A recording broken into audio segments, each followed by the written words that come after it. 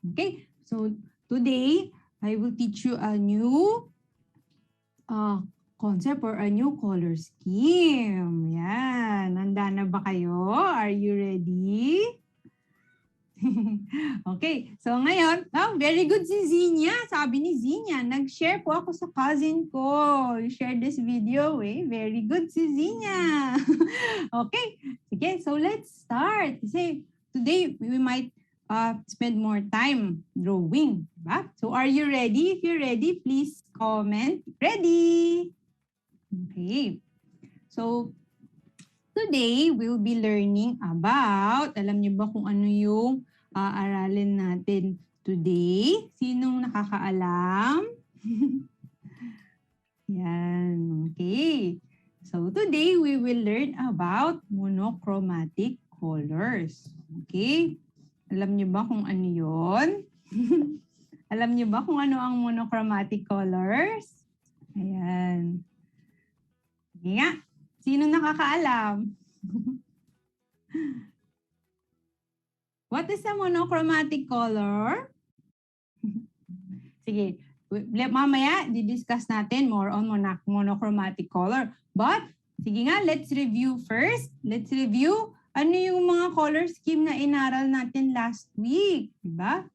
Diba? Last time, we learned about complementary colors. Okay?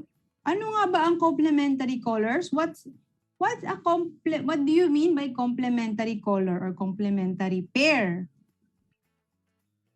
Ano ibig sabihin ng complementary color? Naalala nyo ba? Ito yung color na magkatapat sa color wheel, magkaharap, 'di ba? Opposite the color wheel. What activity did we do using complementary colors, 'di ba? We made some complementary color monsters. Okay, and then last week naman, we learned about analogous colors. Ba? Yung itong agamographs natin. Ba?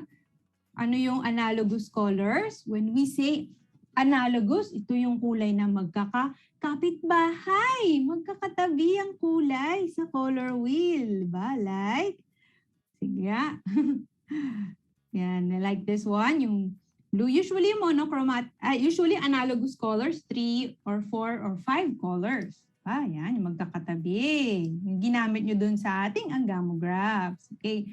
So this time, we will learn about monochromatic colors. So ano ang monochromatic colors? May mga nakita akong nagsagot kanina, si Manuel, I think. So, si Pearl, sabi ni Pearl, monochromatic colors are the colors of a single hue.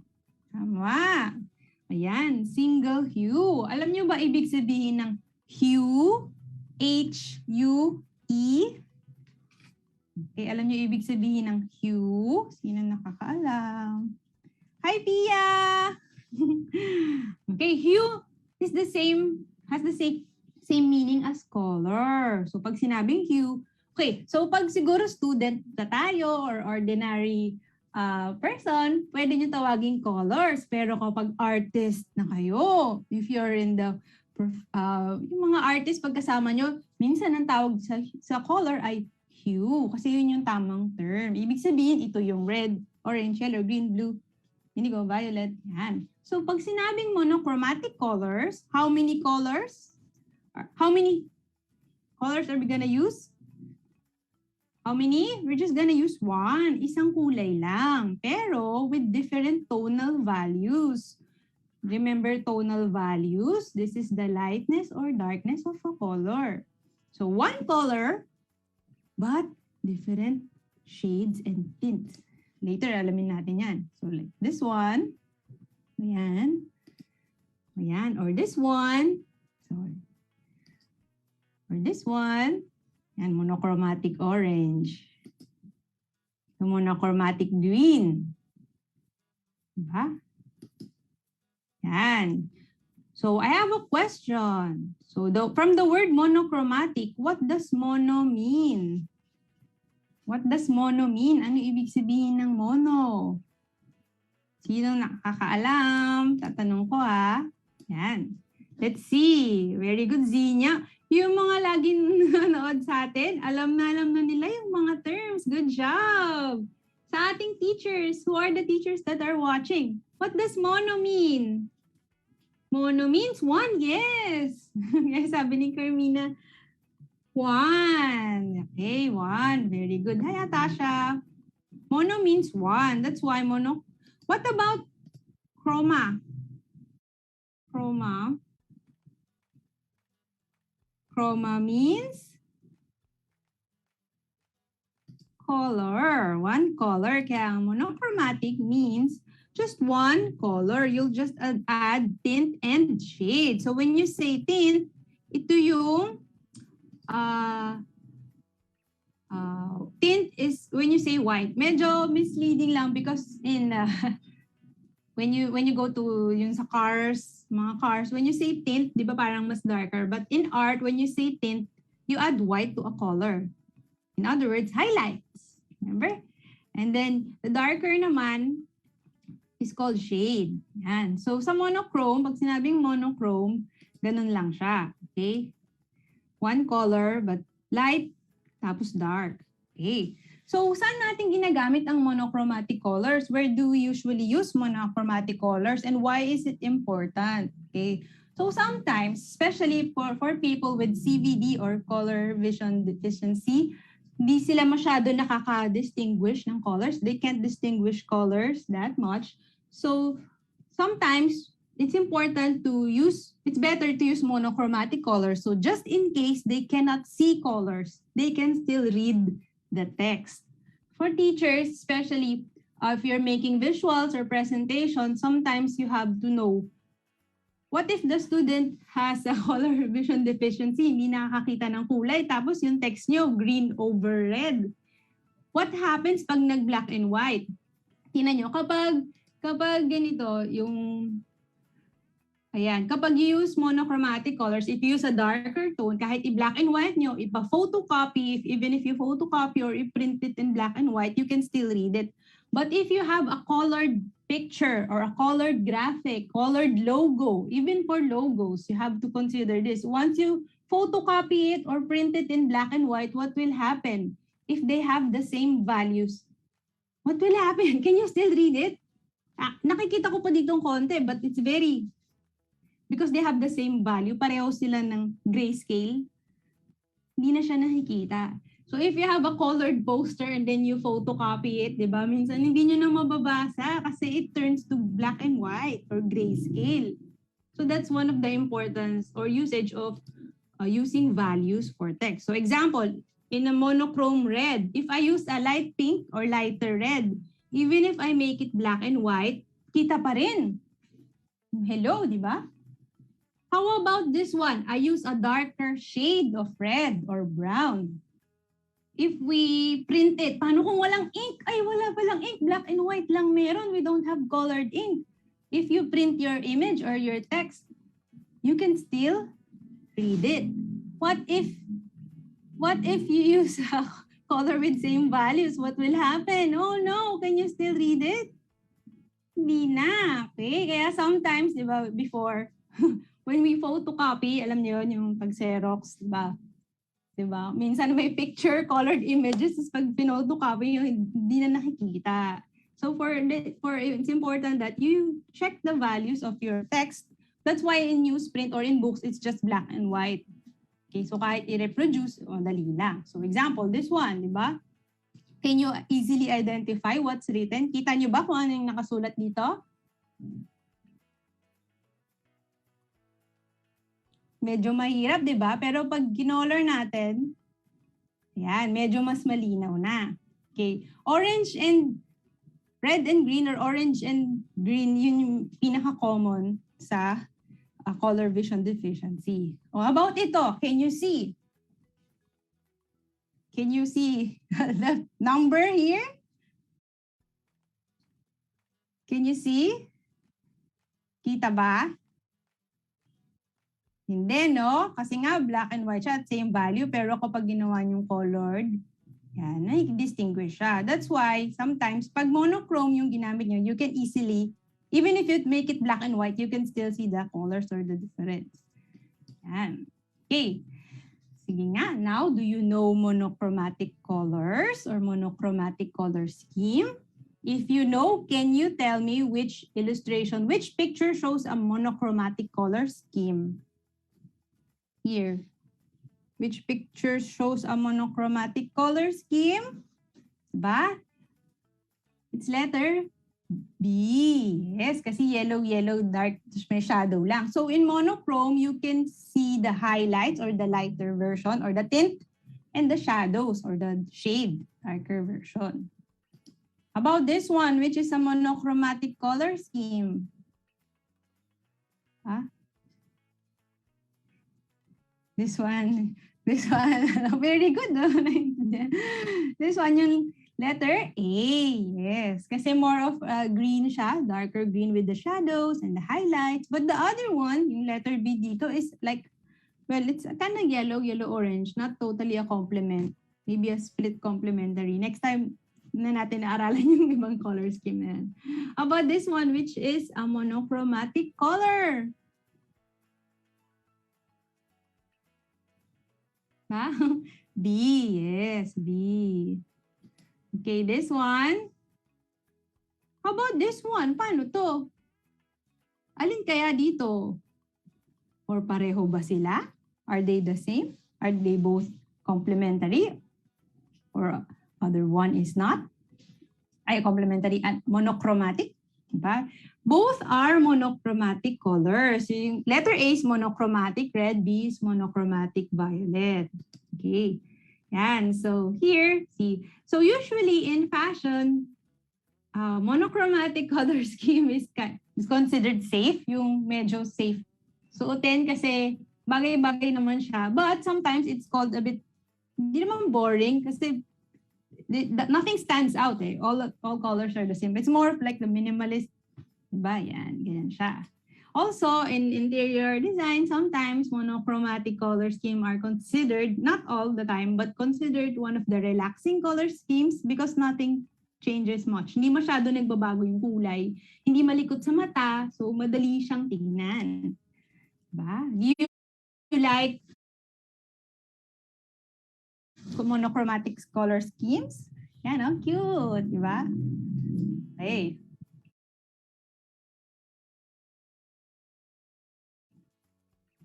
Next, okay, this one also, sepia. When you remember the coffee painting that we made, the coffee painting, it's also considered a sepia. The coffee painting we made 3 weeks ago is the same as monochromatic color, monochromatic brown. Okay, and also the most popular is the black and white, classic black and white.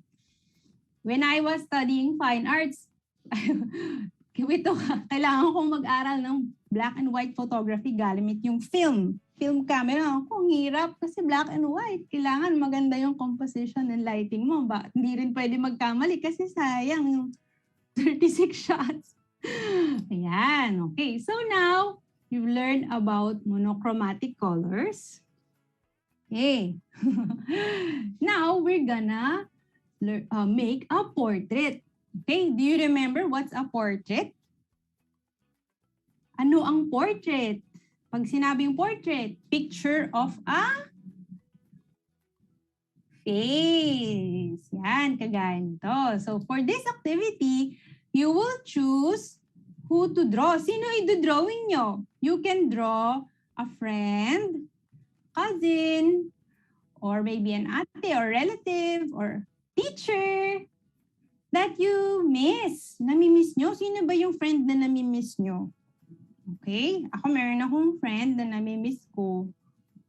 Or you can also draw your relatives and family like si lolo, lola. Okay, because example, me, I miss my parents, my mom and dad. Kasi they're supposed to visit me last year. Kaya lang, because of the pandemic, they cannot travel. So I miss them. Ba? So Maya said, drawing niya si mom niya. So who will you draw? Can you type? Sabi ni Jen, drawing niya yung tita. Also, di ba, on Monday, we'll be celebrating the All Souls Day, also All Saints Day. Ba? Some people, they're not with us anymore. You can also draw them if you like, if you have a photo. Ba? You can also draw your mom, your ates. Yan. Or teacher. Or maybe you have a friend, na dati classmates kayo, tas ngayon, hindi na kayo lagi nagkikita and you want to draw them, you can also draw them. Any person that you miss. Okay? Sabi ni, kuya daw niya. Sabi ni Vizinia, I miss my cousin. Si Isabel, miss my cousin. Kyle said he'll draw his whole family. Hi, Pia! Happy birthday tomorrow! Okay, sabi ni Tatiana, my mom, dad, and me. Okay, you can draw any person. I'll just, as long as you will use monochromatic colors. I will teach you how to draw, but we'll make monochromatic colors like this one. See? Now, you will choose just one color. Pili lang kayo ng isang hue. H-U-E. Isang hue. Isang kulay. Okay? Mahirap lang. Pwede naman yellow, pero pag nag-yellow kayo, you will include brown. If you choose yellow, you can include brown or black. Okay, because it's very light. Anyway, you can choose green, or you can choose red, orange, blue. Pili lang kayo. One color lang. You can use crayon, colored pencil, for paint. Medyo pwede naman, but imimix nyo pa siya. You can use coffee for brown. Okay? So this is from the person I follow, si Cassie Stephens vlog. Yan, marami talaga siyang art activities. And then yan, you can try to check her page as well. And you can use markers too. Okay? So yan. So ready na ba kayo? What color are you gonna use? Blue. Blue si Wandelin, si Zinia, yellow. Sa teacher, si Ina De Luna, brown din. Okay. What color are you gonna use? Please type it. Hi, here na po. Hello. Pink si Rochelle, si R. Christian green. Okay, aside from the color that you choose, okay, you will also use, sige, dito na tayo ha. You will also use black or white. Pwede namang, pero if you have different shades of the same color, example, I'll choose, in this picture, do you see it? Ay, Miss Mela, pwedeng patingin po ng ano. Ayan, ay yung camera, yung, ano to? Yung with table. Ayan. Purple si Rija. Ayan. Sabi ni Ina, can I use markers? Yes, you can use markers. Ayan. Okay, for this one, in here, this is my lolo. I chose blue. So cute. Diba? So my lolo is not here with me now, but I want to keep him in my memory. So I tried to draw him. So tinanay ko siyang drawing. Diba? Sometimes drawing a person, diba? Why do we draw somebody? Diba? Maybe you just want to draw it for a hobby, but sometimes you just want to show appreciation for that person, kaya niya siya dinadrawing, di ba? Yan. Yan. So, yan. So, all of us have different reasons why we will draw, di ba? But that's what makes you an artist. Kasi kanya tayong dahilan. Pag artist ka, you have your own reasons why you create art. So, this time, choose your reason. Pili kayo, para kanino or para santo. Yan. So, this is also my friend that I really miss. Okay. So, yan. I choose orange and peach. Medyo magkalapit naman siya ng color. Okay. So, now, choose a color. So, drawing ako. Example. Pili ako ng siguro green naman. Actually, look, marami akong green. So, you can use, if you have different variations of green, you can also use that. Another color that you can use is black. We need black to create the shadows. Okay? Pwede rin white, kaya lang medyo wala masyadong effect yung white sa akin paper. Okay? So, yan. So, you will choose one color and black and white. Okay? Yun lang gagamitin natin, ha? Okay. So, now we'll draw a person. So, you need two papers. Do you have a picture? Yan. For the first one, for the first paper, I will show you the different ways how to draw a face. Okay, sa second paper, you will choose what to use. Nakamukha nung dodrawing nyo. You will choose what line, what size, of eyes, what shape of the face you will use to copy the person that you are drawing. Okay? Okay, so get a pencil. So let's start. Okay. So this is my study paper. This is my final paper. Or you can just make the whole activity today your practice. Okay, yan. Sige. Kita ba? Yeah, what's this? Okay, so let's start. Okay, so dito, sige, let's start with the shape of the face. This is our practice paper. This is our final paper. I won't name it na. For practice. So there are many types of shapes for your face. Tingnan nyo nga yung picture ng drawing nyo. Can you look at the picture of the face that you're drawing? Yung shape ba niya? Like this? Or is it more like thin face? Like this? Or do they have a round chin like this? What does it look like? Anong itsura nung face? Okay? Or maybe if you want to make somebody look younger, make it more round, mas pabilog, hindi pa haba, like this one. Like that. Okay? Or, sulit, gamitin ko na lang ito kasi dilim. Okay, and then you can also make a square face. And also the anime face.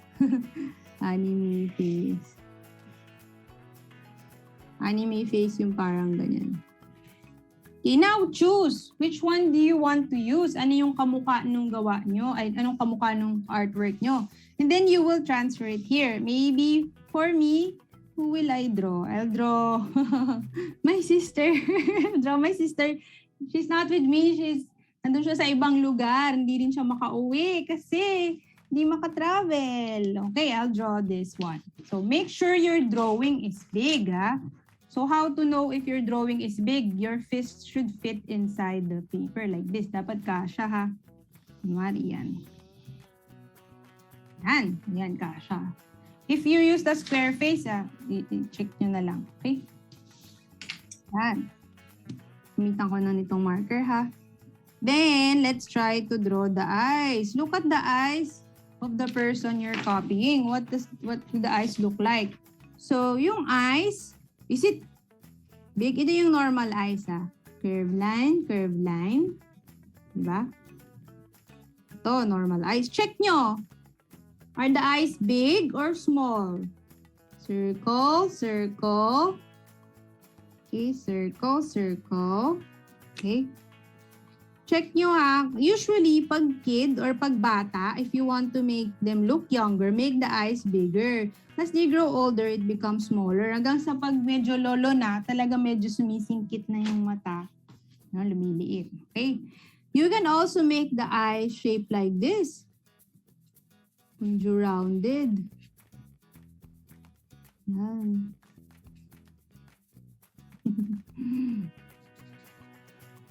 And then you have your black marker, diba? Or black colored pencil or black crayon. You will shade the eyes like this. Pwede ring, kung ano, singkit. Yan. Or super happy lang kasi yung face. Yan. Pwede ganyan. 2 lines and then look, line here, line here. Okay, you choose, ha. Pili kayo alin yung gagamitin nyo. Pwede ring dot lang. Yan. Also, make the eyelids, upper lid thicker. Diba? Yan. Ano pa bang eyes? May eyes din na pa ganito, pababa. Mukhang mabait. What does how do they look like? Mukhang mabait ba yung dinodrawing yung person's face? Yan. Sometimes pababa yung eyes, like this. Circle, circle. And I always put a highlight. Actually, you can also color the eyes with the color that you want. Pero pwede rin naman simple lang. Ganyan. Okay. And then the eyebrows. What kind of eyebrows do they have? Look at the eyebrows. Look at the eyebrows. Manipis ba? Is it like mine? Like this? Or is it thick? Is it thick or thin, the eyebrows? Yan. Pwede niyong i-drawing, tinan nyo. Like that. Pwede ring, look. Minsan, merong makapal. Usually, sa ibang boys, makapal. And then, look, I'm drawing it this way. Tingnan nyo lalo na if, hindi naman lagi, but usually pag boy, mas makapal. Minsan naman sa girl, yung dulo manipis, like this. And then look at the direction of the eyebrow. Pababa ba? Pataas? Or is it like this?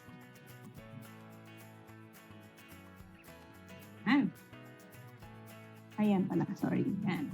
Okay, now, once you've chosen the eyes, you can draw them here. Kunwari, my sister's eyes. Sister ko. Actually, she has, yung eyelids niya medyo makapal. So, gagawin ko, ganyan.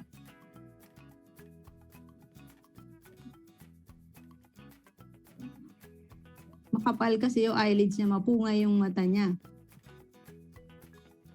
So, I'll do it this way. Then, eyelashes. It's up to you if you want to add eyelashes or not. Yan. To make them look happy, instead na pababa yung eyes, gagawin kong pa ganyan. Parang anime lang. Okay, and then, eyebrows. Siya medyo makapal eyebrow niya. Okay, next. What's the next part that we're gonna draw? Next part. Diba? Nose. So, pwede kayo mag-drawing ng nose. Okay? May nag-ask sa akin before how to draw a nose. Actually, for the nose, so it doesn't give so much facial expression, but it's one of the important parts of the face. For kids, you can just draw a letter J. J lang. Drawing natin letter J. Or pwedeng J, pero meron dot dito, tsaka dot dun. Okay? Or parang J din, pero merong ganyan. Okay, okay. Also, to be safe, you can make the nose a bit smaller. Kasi sometimes, the more details you put on the nose or the bigger, it becomes more difficult to adjust. Mas madali kapag mas maliit kasi. So, for beginners, you can start with lesser details. And as you grow older, or as you practice, you can add more details. Make it look like this. Pwede rin, dot lang, and ganyan. Yeah, actually, there are many ways to draw nose. Pwedeng round nose. Diba? There are many types of nose. Yan. Ano pa ba? Yan. So, pili na lang kayo. Alin kaya yung bagay dun sa character na dinodrawing nyo. So, maybe my sister matangot. Medyo matangot silong niya. Yan. Ayan. One here and then one here. Yan. Okay. L. And then, for the lips, for the mouth. Oh, check nyo yung mouth. Let me know. Do they have a smiling mouth or just a normal mouth like this? Or are they laughing? Diba? Pakita ko lang po yung work ulit nung dito sa sample. Ayan. Look. Look at the faces of the characters here. Diba? Ayan. Diba? Also here, you can look at the faces of the pictures. Diba? Smiling face. Pwede rin naman normal, yung hindi masyado smiling face. It's up to you. Okay, yan. Also, sometimes when we draw the teeth, it's okay, but sometimes it's quite difficult to draw the teeth. So if you're just practicing or just a beginner, it's okay that you just make just one line for the teeth. But if you can, sige, you can draw the teeth if you want. Or draw the lips like this. Okay, sige. Let's try to draw again. Let me know if you're drawing the whole teeth or the mouth. Yan, diba? Mouth. Pwedeng ganyan. Tapos lalagyan nyo lagi ng dot sa gilid para mas may depth. Yan yung normal mouth. Also, happy mouth with teeth. Ito yung sinasabi kong simple lang. Simple teeth, simple mouth. Okay. Pwede nyo lagyan ng lipstick later. Okay. Pwede naman, when I detail a mouth, instead of drawing yung crisscross, this is how I draw the teeth. I just draw like that, and then ganyan lang siya. Hindi ko dinodrawing yung buong teeth. I don't draw the lines for the whole teeth. I just draw the in-between. Yan. Makes it more look simple. Yan. Okay? Or you can make a very big mouth for those who are really, really happy. Okay? And double teeth. Teeth din to. Usually we shade it here. And then we will color it in a while. Okay? Sister. Usually nakasmile siya sa pagilid eh. Tapos dark natin to. Mamaya ko na ili-lipstick. Pencil ko lang.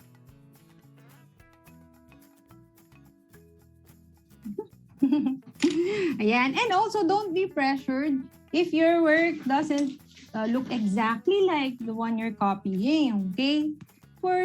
If you're still a beginner, if you're still learning, if you just want to show your appreciation, it's the thought that counts. Okay? Ayan. Minsan kasi we're afraid that our work might be ridiculed, pagtawanan. Okay, and that's the reason why we stop drawing. Okay, so when we draw somebody or when we draw for a purpose, just remember that you're drawing it maybe for yourself, okay, or for somebody, and even if it doesn't look exactly or not, you think not your expected work, kahit hindi yun yung exactong work na gusto nyo, it's okay. Okay? See, that's how we learn. Okay, eventually, gaganda rin yung gawa natin. And then you add ears. Yan. You can add earrings. Okay. Tapos, for the hair. Okay, so usually I draw imaginary hairline here. Then you will add the hair here. So what are the types of hairstyles that you can try? So maraming hairstyle. Do you have a short hairstyle? Kunwari, drawing lang ako ng, hindi, drawing ko na itong faces. Drawing natin itong ng hair, ha? For the, yan natin to. Para yung hair nyo hindi flat. And usually, there are two sets of lines for the hair. One below the hairline and one above the hairline. So, kunwari, sa boy, tapos, kunwari short hair na parang maikling buhok. Yan. So, zigzag sa ilalim nitong hairline, itong line na ginawa natin. Tapos, isa pa sa taas. Dalawang set palagi. A common mistake of especially children, they just draw one line for the hair. But you actually have to draw two. Dapat dalawa yung dinodrawin nyo. Isa sa baba, isa sa taas. Kunwari dito, pwede mas mahaba yung hair niya. Isa sa baba, zigzag, isa sa taas. Okay, now if you want to make them longer, pahabain lang. So may mga ibang tao na walang bangs, ganyan lang siya. I-draw nyo lang yung hairline. Tapos isa taas na kayo magdo-drawing. Kunwari patayo yung hair niya. Yan, pwede ganyan. So if you want it longer, pwede rin. Yan, kunwari pa side, like my hair. Ganito, hair. Side. Tapos, mahaba. Just make them longer. Yan. In my other classes, I teach this more in detail, especially in my creating a comic strip class. Ngayon kasi we're focusing more on the what colors to use. Kaya, bibilisan na lang natin. And you can watch the replay if it's too fast. So, sometimes, ganyan sa gitna. Pwede rin naka-pigtails or naka-braid. What hairstyle are you gonna make? Yan o. Pwede rin curly hair. Like ito wavy. Yung sister ko, curly yung hair niya. Medyo curly yung hair niya. I miss my sister. Chiwi ka na. Kaya lang di pa pwede mag-travel. Okay. Francesca is asking, paano po yung lolo ko kalbo? Wow, nice. That's okay, Francesca. Look, pag kalbo, depende po. Yan. So, pag ganyan, yan mo lang. drawing mo na yan. Tapos, kunwari, meron ba siyang hair pa sa gilid? Pwede mong lagay. Okay? Or, minsan, may mga taong manipis na lang yung, parang yung, yung tawag dun? Naka-shaved yung hairstyle nila. Manipis lang. Yan.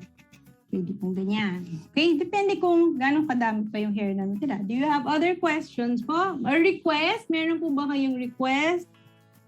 Yan. Paano yung pang lolo? Ayan, ito yung mga pang lolo.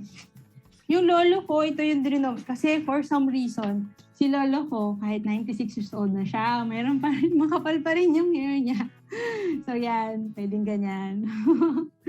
Okay, or yan, or ganito, di ba? Drawing nyo na yung hairline, tapos i-drawing nyo na lang kung ilang hair ba. Pwede kasi dito lang sa gilid din. Yan. Kung manipis, yan, panipisin natin here. Yan. Describe nyo sa akin kung paano yung hairstyle. Para maybe we can find a way. Yan, sige, yan. Tapos, kukulayan na natin. Drawing ko na yung hair. Yung sister ko, medyo curly yung hair niya. Tapos, yan. Okay, ngayon, we will color it. Okay, using only, iba na lang pala, yung violet na lang. Violet, let's say, monochrome, di ba? So, ito, one color lang pwedeng gamitin. But you can use two shades din, kagaya nito. Yan. Yan. Okay. Okay. And black. Yung black is yung pang shadow natin. Okay. So, how to color? First, instead of using peach for the skin, we will only use one color. So, ito yung gagamitin ko for the skin. I'm using colored pencil. Wait lang Puro ko pala to. You can also use crayons, basta may black. Pwede rin ako mag-crayon. Pwede nyo i-combine. Lahat ng nasa color scheme na yon, pwede. Okay? So, I'll use colored pencil. Here, dito colored pencil ginamit ko. Dito rin. At dito highlighter tsaka colored pencil. Okay, now let's color. Teach paano yung hair nasa shoulder. Pwede nyo ilagpas yung hair sa shoulder. Hindi nyo na i-drawing yung shoulder. And then look, you have to do shading. Look, I'm doing shading.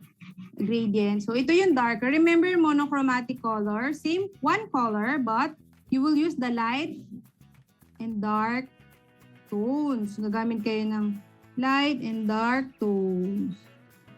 So this is the medium tone. Pupunahin ko muna ng color. Except sa highlights. Actually, may mga iba pa akong portrait dyan. One color lang. Actually, you can choose their favorite color. Pwedeng per person. If you're making a portrait, like si Kyle, sabi niya, yung buong family niya. You can choose one color per person. But you'll just use one color for all, including the clothes. Yan. Iibahin nyo lang yung values. Kunwari, ito, I'm almost done with the skin.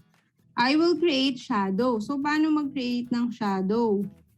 There are two ways to create shadow. You can press harder. Example, I'm using the same pencil, right? Gagawin ko siyang darker. How? Didiinan nyo lang. You press harder. Yan, dito sa ilalim ng kilay, sa ilalim ng nose. Yan. Natin lagay yung ibang word. Tapos, dito din, sa ilalim ng leeg. Yung black, you will use it to create darker shadows. Saan nyo kayo maggagawa ng shadows? Under the face. Ito, sa may neck. Hi, Rian. Yan. Diba? Tapos dito din. Itong ICE1 ko lang. Tapos lips. Yan. For kunwari, if medyo magkalapit yung color, you can still use, example, violet na to. I can use a bit of pink. Maybe. Kasi magkalapit naman sila. And then if you want to recreate stronger shadows, you can use black. Dito sa ilalim, sa loob ng ears, sa side ng face, sa ilalim ng neck. Okay. Yan ba? Dito din. Tapos sa hair. So, paano ba mag-color ng hair? Wait lang. Minsan smudge ko yung colored pencil eh. Yan. Tapos sa ilalim din ng hair, may shadow. Now, for the hairstyle, 5 minutes pa. Yan. So, yan. Ito ko mag-shade. Gamitin ko na lang nito para mas mabilis. I'm using a highlighter now or a marker. You can also use a marker if you want. Tapos, I will leave a highlight. Highlight is itong shiny part. So, her hair is curly, kaya umiiwas ako. So, just to make it monochromatic, okay, you will only use one hue, one color lang. If you chose violet, violet lang gagamitin nyo. If you chose green, green lang. But of course, if you don't want to to use your own color scheme, it's okay. Pero di na part ng monochromatic color scheme yung work nyo. Ano, di ba may pa-highlight pa ako? Highlight yung shine, highlight by lighter shade. Mamaya lalagyan pa natin ng shadow yan. And also, when you color, try best to color all areas. I'm just doing it faster so that you can, yan. Kasi we might not have enough time. Yan. Tapos maganda to kapag iba-iba. Like you can make many versions. Okay, the white part that I'm leaving is the highlight. Yung tint na tinatawag, adding white. Later, we'll mix it more. Yan. Nakita nyo na yung illusion ng shiny hairstyle. Pwede ko palagyan ng gano'n. Para magkaroon ng texture yung hair. Yan. Yan. Still have a few minutes more. How was your work? Yan. Oops. Hair.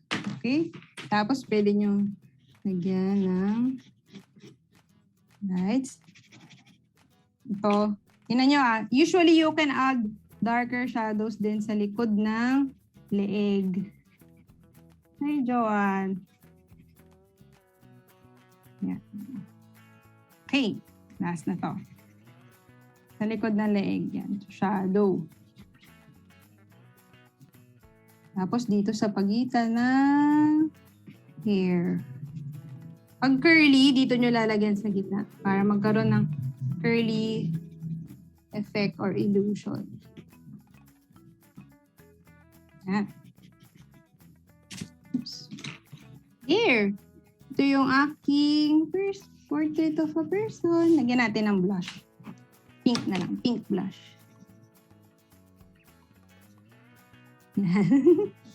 Here. Diba? So, ito aking lolo. Monochrome blue, monochrome violet, monochrome orange. Okay? Yan, okay? So, yan. So, kamusta naman yung mga work ninyo? How's your work? Kamusta yung mga gawa nyo? Yan. Okay, before we end, yan. So, thank you so much. Samahan niyo ulit kami next Friday para mas maraming fun and exciting activities. Okay? So again, remember, know your art, be art smart. Thank you, everyone. Bye!